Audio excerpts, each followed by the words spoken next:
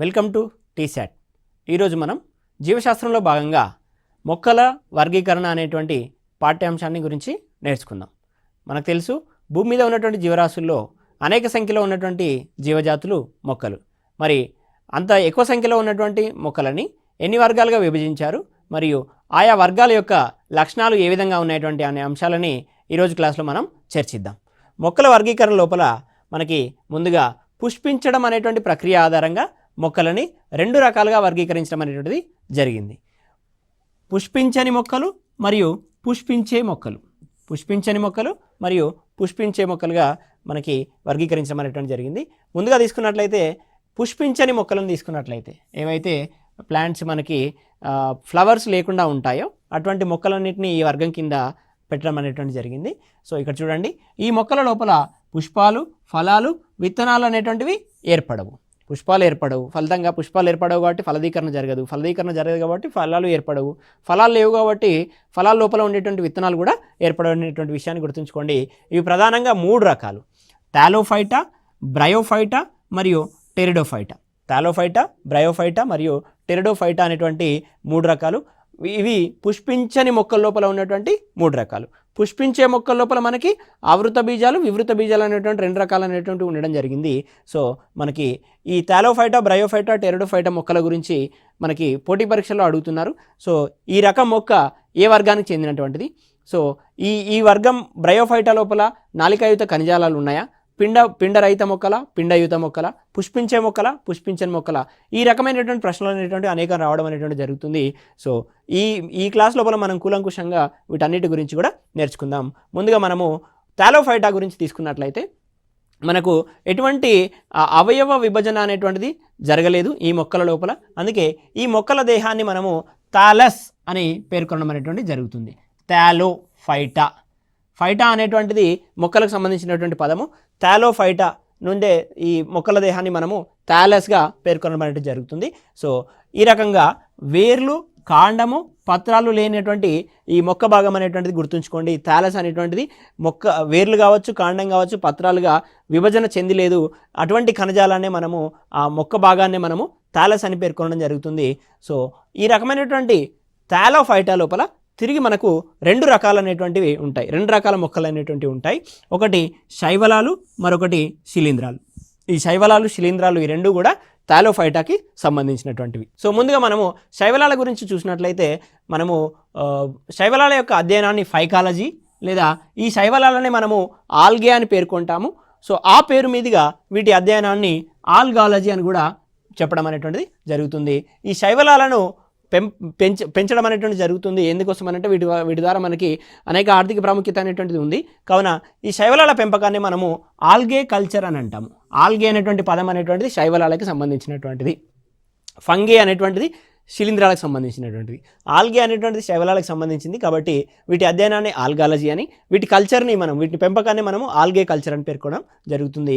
ఈ శైవలాలు అనేటువంటివి సాధారణంగా నదులపైన మరియు సముద్రాలు, తడి నీళ్ళ లోపల పెరగడం అనేటువంటి జరుగుతుంది శైవలాలు అనేటువంటివి. నెక్స్ట్, ఈ శైవలాలు అన్నింటి లోపల క్లోరోఫిల్ అనేటువంటిది ఉంటుంది. ఇవి మొక్కల వర్గానికి చెందినటువంటి కాబట్టి ఇవి స్వయం పోషకాలుగా పనిచేస్తాయి కాబట్టి, సో శైవలాలు అన్నింటి లోపల క్లోరోఫిల్ అనేటువంటిది ఉంటుంది.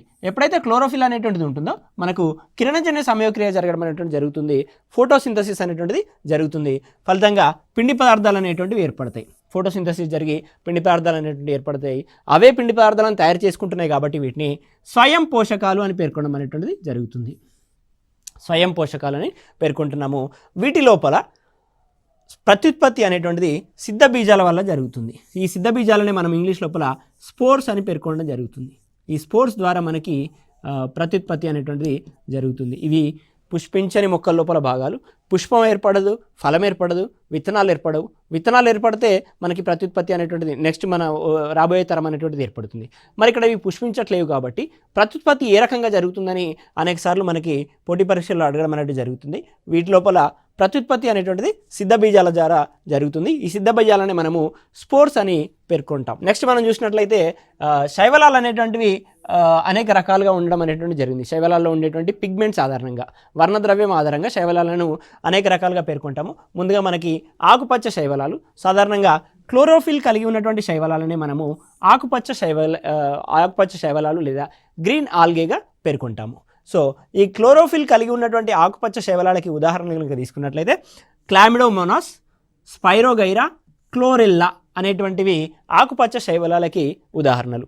ఇంతకుముందు చెప్పాను, ఇవన్నీ కూడా క్లోరోఫిల్ని కలిగి ఉండి స్వయంగా ఆహార పదార్థాలను తయారు చేసుకోగలుగుతాయి. సో ఈ క్లోరెల్లా అనే దాన్ని మనం అంతరిక్ష శైవలము అని పేర్కొంటాము. ఈ క్లోరెల్లా అనేటువంటిది అంతరిక్ష శైవలం అని ఎందుకు పేర్కొంటున్నామనంటే, మనకి అంతరిక్షంలోకి వెళ్ళేటువంటి వ్యోమగాములు ఈ శైవలాన్ని తీసుకొని వెళ్తారు. ఫలితంగా ఈ క్లోరెల్లా అనేటువంటిది ఫోటోసింథసిస్ కారణంగా మనకి ఆహార పదార్థాలను తయారు చేయగలుగుతుంది. కాబట్టి వారికి ఆహారంగా ఈ క్లోరెల్లానే వాడడం అనేటువంటి జరుగుతుంది. అంతేకాకుండా ఈ క్లోరెల్లా అనేటువంటి అంతరిక్ష శైవలం అనేటువంటిది ఆక్సిజన్ ఉత్పత్తిని పెంపొందిస్తుంది. మొక్కలు ఆక్సిజన్ విడుదల చేసినట్టే ఈ క్లోరెల్లా శైవలం అనేటువంటిది కూడా ఆక్సిజన్ విడుదల చేస్తుంది. కాబట్టి అంతరిక్షంలో ఆక్సిజన్ అనేటువంటిది వారికి అవసరం కాబట్టి ఈ క్లోరెల్లాని తీసుకెళ్తారు. అదేవిధంగా నెక్స్ట్ చూసినట్లయితే ఎరుపు శైవలాలు. ఈ ఎరుపు శైవలాల లోపల మనకు ఉన్నటువంటి వర్ణద్రవ్యము పైకో ఎరిత్రిన్ అని గుర్తుంచుకోండి. ఇక్కడ ఆకుపచ్చ శైవలాల లోపల క్లోరోఫిల్, ఎరుపు శైవలాల లోపల పైకో ఎరిత్రిన్ అనేటువంటిది కలిగి ఉంటుంది. అదేవిధంగా ఇక్కడ ఎగ్జాంపుల్స్ని కనుక ఉదాహరణలు కనుక చూసినట్లయితే గ్లాసిల్లేరియా, జిలిడియం మరియు కాండ్రస్ అని గుర్తుంచుకోండి. ఇక్కడ ఎరుపు శైవలాల లోపల కాండ్రస్, జిలిడియం, గ్లాసిల్లేరియా. ఈ జిలిడియం నుండి వచ్చేటువంటి జెల్లీ వంటి పదార్థాలని ఐస్ క్రీముల లోపల, కేకుల లోపల ఉపయోగిస్తారు జిలిడియం. అదేవిధంగా ఇక్కడ కాండ్రస్ నుంచి మనకి కర్రాజిన్ అనేటువంటి పదార్థాన్ని తయారు చేస్తారు. ఈ కర్రాజిన్ అనేటువంటి పదార్థం ఏదైతే ఉందో పాల యొక్క చిక్కదనాన్ని పెంచడం లోపల ఈ కర్రాజిన్ అనేటువంటిది పనిచేస్తుంది. సో ఆ విధంగా ఈ ఎరుపు శైవలాల లోపల గ్లాసిల్లేరియా, జిలిడియం, కాండ్రస్ అనేటువంటివి ఉదాహరణలు. నెక్స్ట్ మనం చూసినట్లయితే గోధుమ శైవలాలు.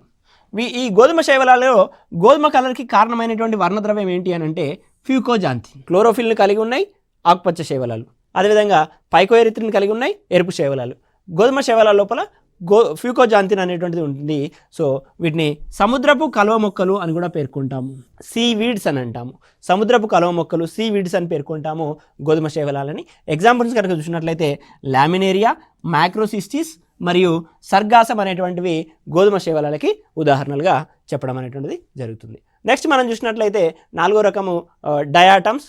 సో ఇవి నీటిపైన తేలియాడుతూ వివిధ జంతువులకి ఆహారంగా ఉపయోగపడతాయి. అందుకే వీటికి నీటిపై తేలియాడేటువంటి పచ్చిక బయళ్ళు అని అంటాము. సాధారణంగా పచ్చిక బయళ్ళు అనేటువంటివి పశువులకి ఆహారంగా ఉపయోగపడతాయి. ఇవి నీటిలో తేలియాడుతూ వివిధ జంతువులకు ఆహారంగా ఉపయోగపడుతున్నాయి కాబట్టి వీటిని నీటిపై తేలియాడే పచ్చిక బయళ్ళు అని పేర్కొనడం జరుగుతుంది. నెక్స్ట్ వీటి కనకవచం ఏదైతే ఉందో ఈ కనకవచం అనేటువంటిది సిలికా చేత నిర్మితమై ఉంటుంది. డయాటమ్స్ యొక్క కనకవచం అనేటువంటిది సిలికా చేత నిర్మితమై ఉంటుంది. సిలికా యొక్క రసాయన నామం చూసినట్లయితే సిలికాన్ డయాక్సైడ్, SiO2. రసాయన ఫార్ములా SiO2. నెక్స్ట్ దీన్ని ఈ మన డయాటమ్స్ని చక్కెర వడపోత లోపల ఉపయోగిస్తారు. డయాటమ్స్లో ఉండేటువంటి కనకవచం ఏదైతే ఉందో ఆ కనకవచాన్ని చక్కెర వడపోత లోపల ఉపయోగిస్తారు. నెక్స్ట్ మనకున్నటువంటిది నీలి ఆకుపచ్చ శైవలాలు. ఈ నీలి ఆకుపచ్చ శైవలాలు ఫైకోసైనిన్ని కలిగి ఉంటాయి. ఫైకోసైనిన్ కారణంగానే వీటికి నీలి ఆకుపచ్చ రంగు అనేటువంటిది రావడం జరుగుతుంది. ఉదాహరణలు కనుక తీసుకున్నట్లయితే నాస్టాక్ మరియు అనాబీనా. Very very important. అనేక సార్లు పోటీ పరీక్షల్లో అడగడం అనేది జరిగింది. సో ఇక్కడ వివరణ ఇవ్వడం జరిగింది నేను. నాస్టాక్, అనాబీనా. ఈ నాస్టాక్, అనాబీనాని మనము జీవ ఎరువులుగా పంట పొలాల్లో ఉపయోగించడం అనేటువంటి జరుగుతుంది. సో ఇది వాతావరణంలోని నత్రజనిని గ్రహించి, నైట్రోజన్ ఏదైతే ఉందో వాతావరణంలో ఉంటుంది. ఈ వాతావరణంలో ఉన్నటువంటి నైట్రోజన్ అనేటువంటిది మొక్కలకి ఉపయోగకరంగా ఉండదు. ఈ నైట్రోజన్ని గ్రహించి మరి మొక్కలకు అందుబాటులో నైట్రేట్ల రూపంలో మారుస్తేనే మొక్కలు ఆ నైట్రేట్లని సంగ్రహించుకోగలవు. కాబట్టి ఈ నాస్టాక్, అనాబీనా అనేటువంటి ఏవైతే ఉన్నాయో ఇవి జీవ ఎరువులుగా పంట పొలాల్లో ఉపయోగించినప్పుడు వాతావరణంలో నైట్రోజన్ని గ్రహించి మొక్కలకి అందించి పెరుగుదలలో ముఖ్య పాత్ర పోషిస్తుంది. మొక్కలకి ప్రధానంగా నైట్రేట్ల రూపంలో అందిస్తుంది. మొక్కలు నైట్రేట్ల రూపంలో ఉన్నటువంటి నైట్రోజన్ని మాత్రమే గ్రహించగలవు. వాతావరణంలో ఉన్నటువంటి నైట్రోజన్ని మనకి గ్రహించలేవు అనే విషయాన్ని గుర్తుంచుకోండి. మరి ఉపయోగపడేటువంటివి నాస్టాక్ మరియు అనాబీనా. నెక్స్ట్ మనం చూసినట్లయితే మరొక రకం స్పైరులినా. సో దీని లోపల ప్రోటీన్లు అధికంగా ఉంటాయి కాబట్టి ట్యాబ్లెట్స్ తయారీ లోపల ఈ స్పైరులినాని ఉపయోగించడం జరుగుతుంది. నెక్స్ట్ మనకి ట్రైకోడెస్మియం. ఈ ట్రైకోడెస్మియం లోపల మనకి ఫైకో ఎరిత్రిన్ కలిగి ఉంటుంది. ఈ ఫైకో ఎరిత్రిన్ అనేటువంటిది ఎరుపు రంగుకి కారణమవుతుంది. సో మనకి ఎర్ర సముద్రం ఏదైతే ఉందో ఎర్ర సముద్రం అనేటువంటిది ఎర్రగా ఉండడానికి కారణమైనటువంటిది ఇది ట్రైకోడెస్మియం అని గుర్తుంచుకోండి. ఇలాంటి విషయాలే మనకు పోటీ పరీక్ష లోపల అడుగుతున్నారు. ఎర్ర సముద్రం ఎర్రగా ఉండడానికి కారణమైనటువంటిది ఏంటి అని అంటే ట్రైకోడెస్మియం అని గుర్తుంచుకోండి. నెక్స్ట్ మనకు ఇప్పటివరకు శైవలాల గురించి చూడమనేటువంటి జరిగింది. నెక్స్ట్ మనం చూసినట్లయితే శిలీంధ్రాలు. సో నేను ఇంతకుముందు చెప్పాను ఫంగీ అనేటువంటిది వీటికి సంబంధించినటువంటి పదం. శిలీంధ్రాల అధ్యయనాన్ని మైకాలజీ అని పేర్కొనడం జరుగుతుంది. శిలీంధ్రాల అధ్యయనాన్ని మైకాలజీ అని అంటున్నాము. ఇక్కడ రొట్టెలపై, పచ్చళ్ళపై, మరి అదేవిధంగా తడిగా ఉన్నటువంటి ఇతర నిర్జీవ పదార్థాలపై ఇవి పెరగడం అనేటువంటి జరుగుతుంది. మనం బూజు పట్టడం అని అంటాము. ఆ బూజు పట్టడానికి కారణమైనటువంటిదే ఈ శిలీంధ్రాలు. బ్రెడ్ పైన కూడా బూజు రావడం అనేటువంటి జరుగుతుంది. వాటికి శిలీంధ్రాలు అనేటువంటివి వాటి యొక్క శాఖల్ని ఈ రకంగా ఏర్పరిచినప్పుడు మనకు బూజు పట్టడం అనేటువంటిది జరుగుతుంది. వీటి లోపల క్లోరోఫిల్ అనేటువంటిది ఉండదు. శైవలాల లోపల మనకి క్లోరోఫిల్ అనేటువంటిది ఉంది. స్వయం పోషణ కారణంగా కిరణజన్య సంయోగక్రియ ఆధారంగా సొంతంగా ఆహార పదార్థాలను తయారు చేసుకున్నాయి. సో వాటిని స్వయం పోషకాలు అని పేర్కొనడం జరిగింది. వీటి లోపల క్లోరోఫిల్ అనేటువంటిది ఉండదు కాబట్టి ఇవి పరపోషకాలుగా ఉండడం అనేటువంటి జరుగుతుంది. సో వీటి లోపల పరపోషణ రకం కనుక చూసినట్లయితే పూతికాహార పరపోషణ అని పేర్కొంటాము. కిరణజన్య సమయోక్రియ జరగక ఆహారం కోసము ఇతరులపై ఆధారపడతాయి. ఎప్పుడైతే క్లోరోఫిల్ లేదో కిరణజన్య సమయోక్రియ జరగదు, ఆహార పదార్థాల కోసం ఇతరులపై ఆధారపడతాయి. వీటిని మనము స్వయం పోషకాలుగా పేర్కొనలేము కాబట్టి పరపోషకాలుగా అంటాం. మొక్కల లోపల కూడా పరపోషకాలు అనేటువంటివి ఉన్నాయి. పర్టికులర్గా ఈ శిలీంధ్రాలు అనేటువంటి విషయాన్ని గుర్తుంచుకోండి. ఇవి పరపోషకాలు. పరపోషణ రకం కనుక చూసినట్లయితే పూతికాహార రకం. ఇంతకుముందే నేను చెప్పడం జరిగింది పూతికాహార రకం.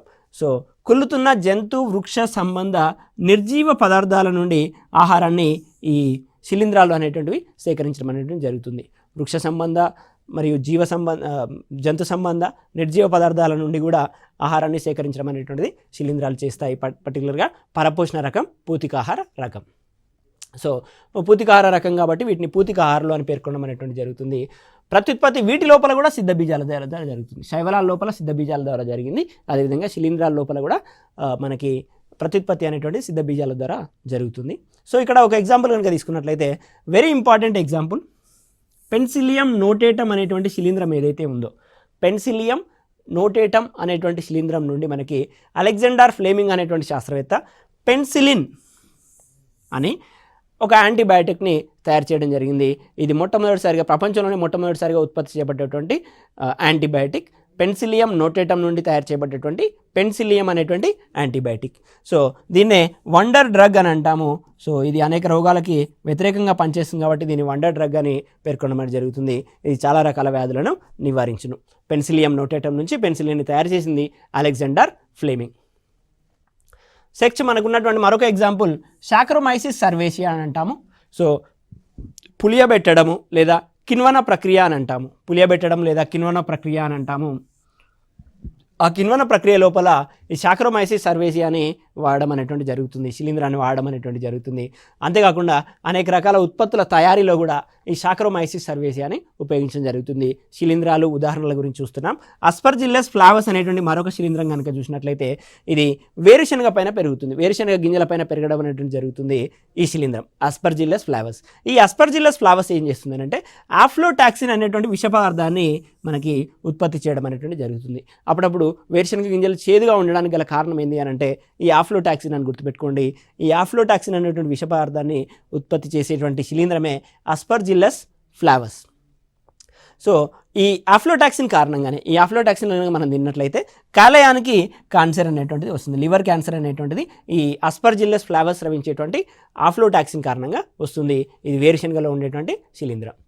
నెక్స్ట్ మనకున్నటువంటి మష్రూమ్స్ అని అంటాం, పుట్టగొడుగులు. సో ఇవి కూడా ఒక రకమైనటువంటి శిలీంధ్రాలే. సో ఈ పుట్టగొడుగుల పెంపకాన్ని మనము మష్రూమ్ కల్చర్ అని పేర్కొంటాం. పుట్టగొడుగుల పెంపకాన్నే మష్రూమ్ కల్చర్ అని అంటాము. సో ఇప్పుడు మీకు అర్థమై ఉంటుంది, కుళ్ళుతున్న వృక్ష జంతు సంబంధ నిర్జీవ పదార్థాలపైన ఈ శిలీంధ్రాలు అనేటువంటి పెరగడం అనేటువంటి జరుగుతుంది. తడిగా ఉన్న లోపల మనకి పుట్టగొడుగులు అనేటువంటి పెరగడం జరుగుతుంది. సో ఈ పుట్టగొడుగులు అనేటువంటివి స్థూలకాయం కలవారికి ముఖ్య ఆహార పదార్థంగా పనిచేస్తాయి. ఎందుకనంటే స్థూలకాయం కలవారి లోపల కొలెస్ట్రాల్ తీసుకోలేరు, మరి అదేవిధంగా పిండి పదార్థాలను కూడా తీసుకోలేరు. తీసుకుంటే ఇంకా బరువు పెరిగేటువంటి అవకాశం ఉంటుంది కాబట్టి కొలెస్ట్రాల్ పిండి పదార్థాలు తక్కువగా ఉన్నటువంటి పుట్టగొడుగులు, అదేవిధంగా ప్రోటీన్స్, మినరల్స్, విటమిన్స్, పీచు ఎక్కువగా ఉన్నటువంటి ఈ పుట్టగొడుగులని వారు ఆహారంగా తీసుకోవడానికి అనుకూలంగా ఉంటుంది. అదేవిధంగా ఆహారంగా తీసుకునేటువంటి పుట్టగొడుగులను ఆ జాతులన్నింటినీ అగారికస్ జాతులుగా పేర్కొనడం జరుగుతుంది. అన్ని పుట్టగొడుగులను మనం ఆహారంగా తీసుకోము, కొన్ని రకాల పుట్టగొడుగులను మాత్రమే ఆహారంగా తీసుకోవడం అనేది జరుగుతుంది. ఆ రకమైన జాతులు ఏంటి అని అంటే అగారికస్ జాతులను గుర్తుపెట్టుకోండి. మరి మనం ఆహారంగా తీసుకోలేనటువంటి విషపదార్థాలతో కూడుకున్నటువంటి పుట్టగొడుగుల రకాన్ని మనము అమానిటా జాతులుగా పేర్కొంటాం. అగారికస్ జాతులనేమో ఆహారంగా తీసుకుంటాము, అమానిటా జాతులనేమో మరి ఆహారంగా తీసుకోము, ఎందుకంటే అవి విషపూరిత పుట్టగొడుగులని గుర్తుంచుకోండి. నెక్స్ట్ మనం చూసినట్లయితే లైకేన్లు. సో ఒక శిలీంధ్రం ఒక శైవలం కలిసి ఏర్పడేటువంటి ప్రత్యేకమైన నిర్మాణాలే లైకేన్లు అని గుర్తుపెట్టుకోండి. ఈ లైకేన్ల గురించిన అధ్యయనాన్ని లైకెనాలజీ అంటాం. ఇక్కడ ఇవ్వడం జరిగింది, ఒక శైవలం మరియు ఒక శిలీంధ్రం కలిసి నివసించడాన్ని లైకేన్ అని అంటాం. ఒక శైవలం ఒక శిలీంధ్రం రెండు కలిసి జీవించినట్లయితే దాన్ని లైకేన్ అని అంటాం. థాలోఫైటా లోపల శైవలాల గురించి చర్చించాం, తర్వాత శిలీంధ్రాల గురించి చర్చించాం, ఇప్పుడు శిలీంధ్రాల్లో భాగంగా పుట్టగొడుగుల గురించి కూడా చర్చించాం, ఇప్పుడు లైకేన్ల గురించి చర్చిస్తున్నాము. ఈ లైకేన్ల లోపల మనకి ఒక శైవలం మరియు ఒక శిలీంధ్రం అనేటువంటిది కలిసి నివసించడం జరుగుతుంది. దీన్నే మనము లైకేన్ అంటాము. దీని లోపల శైవలం శిలీంధ్రానికి ఏం చేస్తుంది, శిలీంధ్రం శైవలానికి ఏం చేస్తుంది అనేటువంటి అంశాన్ని కనుక పరిశీలించినట్లయితే, శైవలం అనేటువంటిది థాలోఫైటాలో ఉన్నటువంటి క్లోరోఫిల్ని కలిగి ఉన్నటువంటి మొక్క రకం కావున ఇది ఆహార పదార్థాలను తయారు చేయగలదు. సో ఈ శైవలం అనేటువంటిది ఆహార పదార్థాలను తయారు చేసి శిలీంధ్రానికి ఆహారంగా ఇవ్వగా, శిలీంధ్రం అనేటువంటిది సో తన శాఖాయుత నిర్మాణాలతో ఆధారాన్ని ఏర్పరచుకొని శైవలానికి రక్షణ కల్పిస్తుంది. శైవలం అనేటువంటిది శిలీంధ్రానికి ఏమి ఇస్తుంది, ఆహారాన్ని ఇస్తుంది. శిలీంధ్రం అనేటువంటిది శైవలానికి రక్షణని ఇవ్వడం అనేటువంటి జరుగుతుంది. సో ఇవి పరస్పరంగా ఉపయోగపడుతున్నాయి.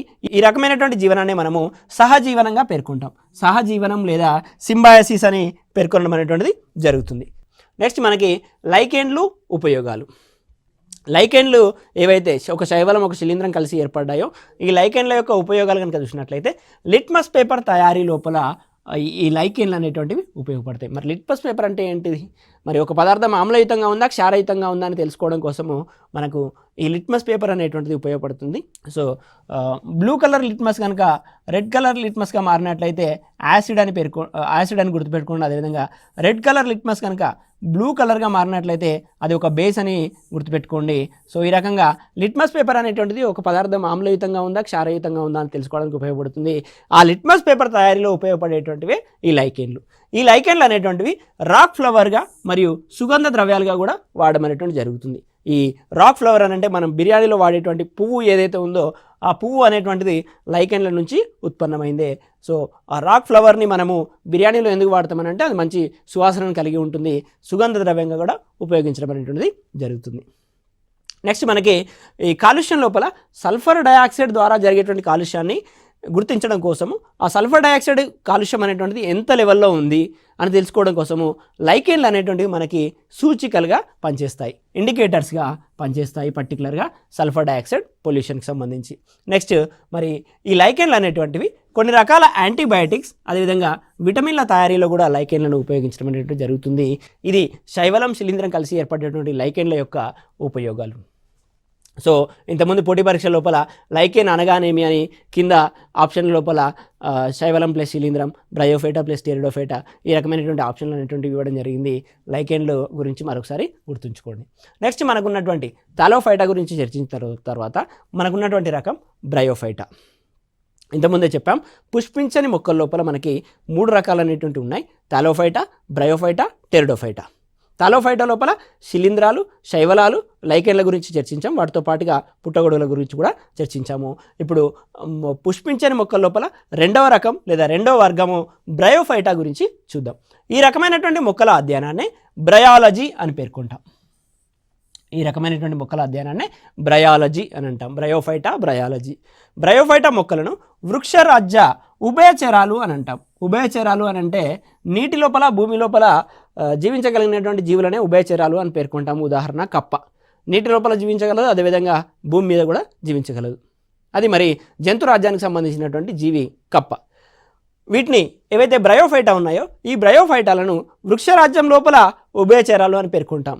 Amphibians of the plant kingdom అని అంటాము. ఎందుకనంటే ఇవి నీటి లోపల కూడా జీవించగలవు, అదేవిధంగా తడిసిన నేలపైన పెరుగుతూ ఉంటాయి. నేలపైన పెరుగుతూ ఉంటాయి, నీటి లోపల పెరుగుతూ ఉంటాయి. పర్టికులర్గా నేలపైన అంటే ఎండు నేలలపైన కాకుండా మనకి తడిగా ఉన్నటువంటి నేలలపైన కూడా పెరగగలుగుతాయి. కాబట్టి ఈ బ్రయోఫైటా మొక్కలని మనము వృక్షరాజ్య ఉభయచరాలను పేర్కొంటాము. ఇవి ఎక్కువగా ఉన్న ప్రదేశంలో నీటి లభ్యత ఎక్కువగా. కారణం ఏంటి అని అంటే వీటికి జలదాన శక్తి అనేటువంటిది ఎక్కువగా ఉంటుంది. జలదాన శక్తి అంటే నీటిని పట్టి ఉంచేటువంటి శక్తి అని అంటాము. జలదాన శక్తి అనేటువంటిది అధికంగా ఉంటుంది. కాబట్టి ఉన్న ప్రదేశం లోపల నీటి లభ్యత ఎక్కువగా ఉంటుందని గుర్తుంచుకోండి. సో బ్రయోఫైటా మొక్కలు అనేటువంటివి వృక్షరాజ్యపు ఉభయచరాలు. నేను ఇక్కడ ఏవైతే పాయింట్స్ ఇచ్చానో ఈ పాయింట్స్ అన్ని కూడా క్రితం పోటీ పరీక్షల లోపల అడిగినటువంటివి. వృక్షరాజ్య ఉభయచరాలు అని ఈ క్రింది ఏ మొక్క రకాన్ని లేదా ఏ మొక్క వర్గాన్ని పిలుస్తారు అని అడిగినటువంటి సందర్భము బ్రయోఫైటా మొక్కలని గుర్తుంచుకోండి. అదేవిధంగా ఇవి మొదటి నేలయుత మొక్కలు, నేలపైన పెరిగేటువంటి మొదటి నేలయుత మొక్కలను గుర్తుంచుకోండి. వీటి జీవిత చక్రం లోపల 2 ఏకాంతర దశలు అనేటువంటివి ఉంటాయి. అంటే ఒక దశ తర్వాత ఇంకొక దశ, మళ్ళీ ఆ దశ తర్వాత ఇంకొక దశ. సో ఆ 2 దశలు ఏంటి అని అంటే సంయోగ బీజద దశ, సిద్ధ బీజద దశ. సంయోగ బీజద దశ మరియు సిద్ధ బీజద దశ. అంటే సంయోగ బీజద దశ పూర్తయిన తర్వాత సిద్ధ బీజద దశ, మరలా సిద్ధ బీజద దశ పూర్తయిన తర్వాత సంయోగ బీజ దశ, దీని తర్వాత మళ్ళీ ఇది. ఆ రకంగా ఏకాంతర దశలో అని పేర్కొనడం అనేటువంటిది జరుగుతుంది.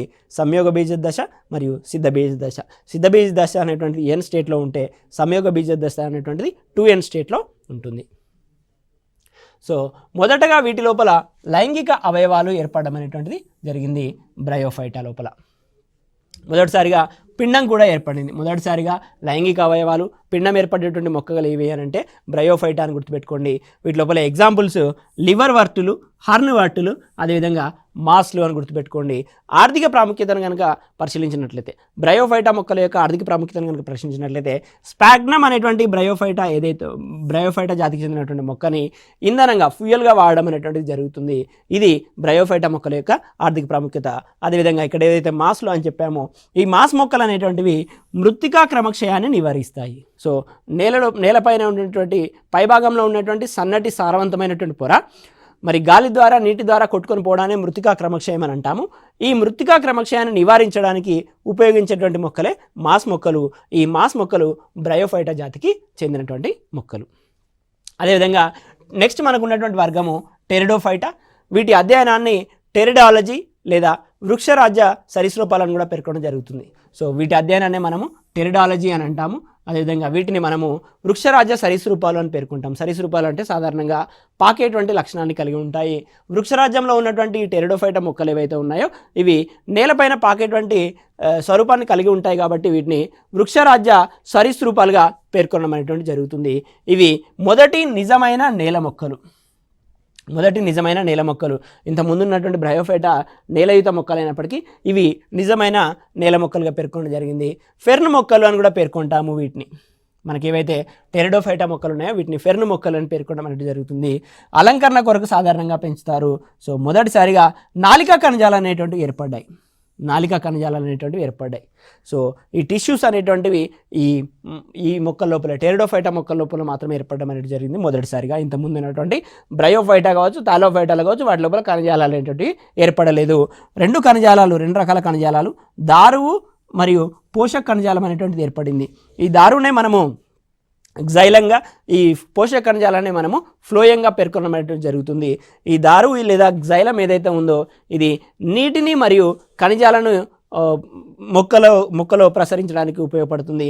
పోషక కణజాలం లేదా ఫ్లోయం ఏదైతే ఉందో పత్రంలో తయారైనటువంటి ఆహార పదార్థాలను మొక్కలోని వివిధ భాగాలను సరఫరా చేయడానికి పోషక కణజాలం అనేటువంటిది ఉపయోగపడుతుంది. గుర్తుపెట్టుకోండి, గ్జైలం మరియు ఫ్లోయం. గ్జైలంనే మనము పోషక కణజాలం అని, దారువునే మనము గ్జైలం అని పేర్కొనడం అనేటువంటిది జరుగుతుంది. సో ఈ గ్జైలం అనేటువంటిది నీటి కోసం, ఫ్లోయం అనేటువంటిది ఆహార పదార్థాల కోసం అని గుర్తుంచుకోండి. ఇది ఇంతకుముందు అడిగినటువంటి ప్రశ్న. నెక్స్ట్ మనం చూసినట్లయితే ఈ టెరిడోఫైటా లోపల కొన్ని ఉదాహరణలు మార్సిలియా, అజొల్లా, సాల్వినియా. సో ఇవి నీటిలో పెరగడం వల్ల వీటిని వాటర్ ఫాల్స్ అని పేర్కొనడం జరుగుతుంది. అజోల్లా అనేటువంటిది మరొక రకమైనటువంటి ఇంపార్టెంట్ మనకున్నటువంటి టెరిడోఫైటా. దీన్ని వరి పొలాల లోపల జీవ ఎరువుగా ఉపయోగిస్తారు అజోల్లా. నెక్స్ట్ మనకి పుష్పించే మొక్కలు. ఈ రకమైనటువంటి మొక్కల్లో పుష్పాలు అనేటివి ఏర్పడతాయి. ఇప్పటివరకు మనం పుష్పించని మొక్కల గురించి నేర్చుకున్నాం. ఇప్పుడు వీటిని ఈ రకమైన మొక్కల లోపల పుష్పాలు అనేటువంటి ఏర్పడతాయి. ఇవి ప్రధానంగా 2 రకాలు, వివృత బీజాలు మరియు అవృత బీజాలు. ఒక్కొక్క దాని గురించి చూద్దాం. వివృత బీజాలు.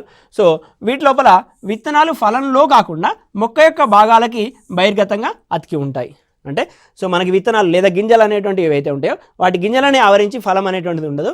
సో ఫలం లోపల కాకుండా మనకి ఇతర భాగాలకి బహిర్గతంగా అతుక్కొని ఉంటాయి, అనగా ఫలాలు అనేటువంటివి ఏర్పడవు వివృత బీజాల లోపల. ఆవృత బీజాల లోపల విత్తనాలని ఆవరించి ఫలం అనేటువంటిది ఉంటుంది. వివృత బీజాల లోపల విత్తనాలను ఆవరించి ఎటువంటి ఫలం ఉండదు. ఎక్కువగా సమశీతోష్ణ ప్రాంతాలు మరియు పర్వత ప్రాంతాల లోపల ఈ వివృత బీజాలు అనేటువంటి పెరగడం జరుగుతుంది. ప్రపంచంలో అత్యంత ఎత్తుకు పెరిగేటువంటి మొక్కలు.